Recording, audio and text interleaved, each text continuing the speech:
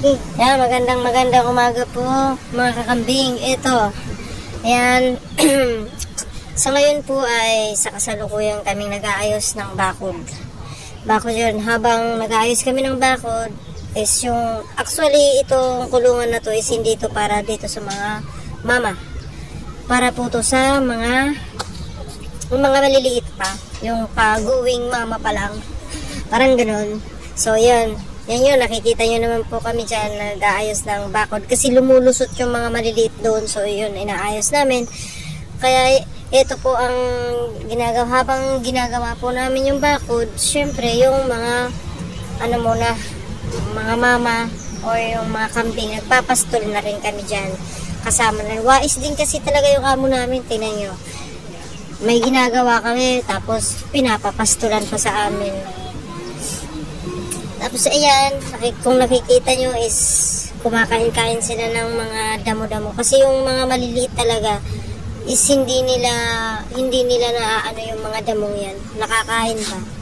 Kasi parang sila sa pagkain. Kumbaga maano pa. Medyo maliit-liit pa lang kasi. Kaya tingnan nyo yung bakod.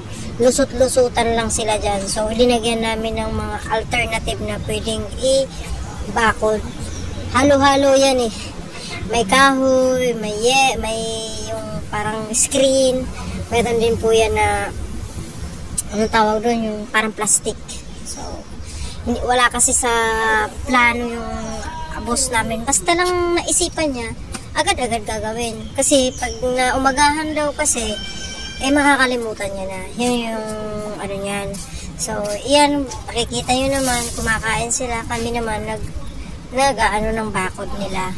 Kasi lagi silang nakakatawid dun sa kabila.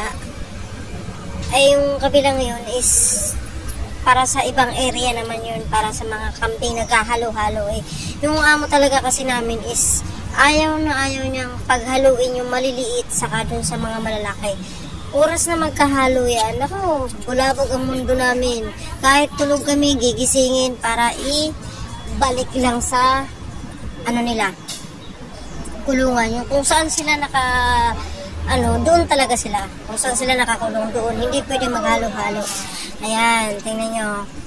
Makikita nyo dyan, medyo malusog-lusog yung mga damo-damo. Kasi yung mga maliliit dyan. Pero doon sa kabilang side, wala na talagang damo. Kasi yung malalaking kambing yan, kumbaga yung mga inahin na yan, pabuntis na rin yung mga yan.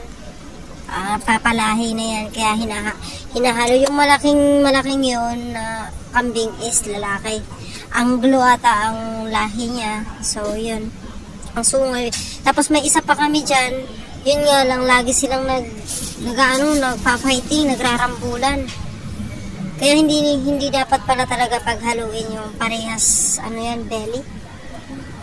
O yun, hindi pwedeng yung kambing na lalaki. Hindi po pwede pala. So ayan, nakikita mo yung pasunog-sunog pa kami dyan. Ayan yung pakainan na ginawa nung taga rito. Pero suggest namin is masyadong malalim, masyadong mataas. Hindi na kakain ng mga maliliit na kambing. Kasi matangkas nga. Kaya nakakain naman nila, pumapatong sila sa ibabaw. Pero nadudumihan nila. So, kaya yung mga malalaki lang muna. Ang iba dito is buntis na pong kambing na to. Nagpapastol-pastulan lang kami dyan. Ayan yung kagawa lang namin na, yan, nakikita nyo po ba yung mga parang screen yan. Yan yung inalamre-alamre lang namin. So, yan.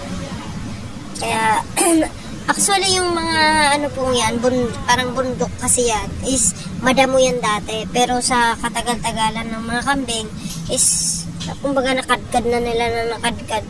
Yung mga bato is naglalandslide na. Yan. Tanghaling tapat po. Pero yan, nakikita nyo naman.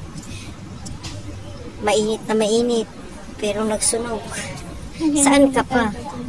Pero yung pong sinusunog namin yan is, hindi po yan pwede namin iwanan na may apoy pa. Kailangan po yan is talagang matanggal yung apoy niya pag oras ng aalis na kami. Kasi bawal po yan dito na basta ka lang magsusunog. Yan, nakatimri yan sa kinauukulan bawat sunog namin. Tumatawag sila. Kaya bawal na bawal kami magsunog dito. Kahit sabihin, bundok, malayo sa Kabiasnan. Pero, nandyan pa rin yung disiplina sa mga tao dito. Yan. Kita, kami po ang gumawa ng anong yan. Nakikita niyo po ba yung parang paruyap? Ano sa amin? Paruyap yan eh. Kumbaga bahay-bahay na silungan. Kami may gawa niyan. Kami nag-assemble yan. Tingnan niyo naman, napaka-professional. Professional na. Pansamantala lang daw. Pero ang mangyayari po yun is pansamantagalan. Kasi yan lang po yung mga na ano dun sa Baguio dati. Kumbaga, hindi na rin kailangan yung lona na yan. Susunugin. So, sabi ng amo namin, bago ba naman siya masunog, may pakinabangan naman muna. Kasi bago pa siya. Kasi yan yung manukan na demolish gawa nga nung bagyo na tabunan nung mga malalaking bato. So yan, enjoy na enjoy yung mga kambing dyan na pag mamaya-maya pagkatapos namin na magbakod, magharang, ipababalik na naman sila sa dati nilang kulungan. Yan kasi hindi naman talaga nila yan area. Kaya so bye-bye po, salamat.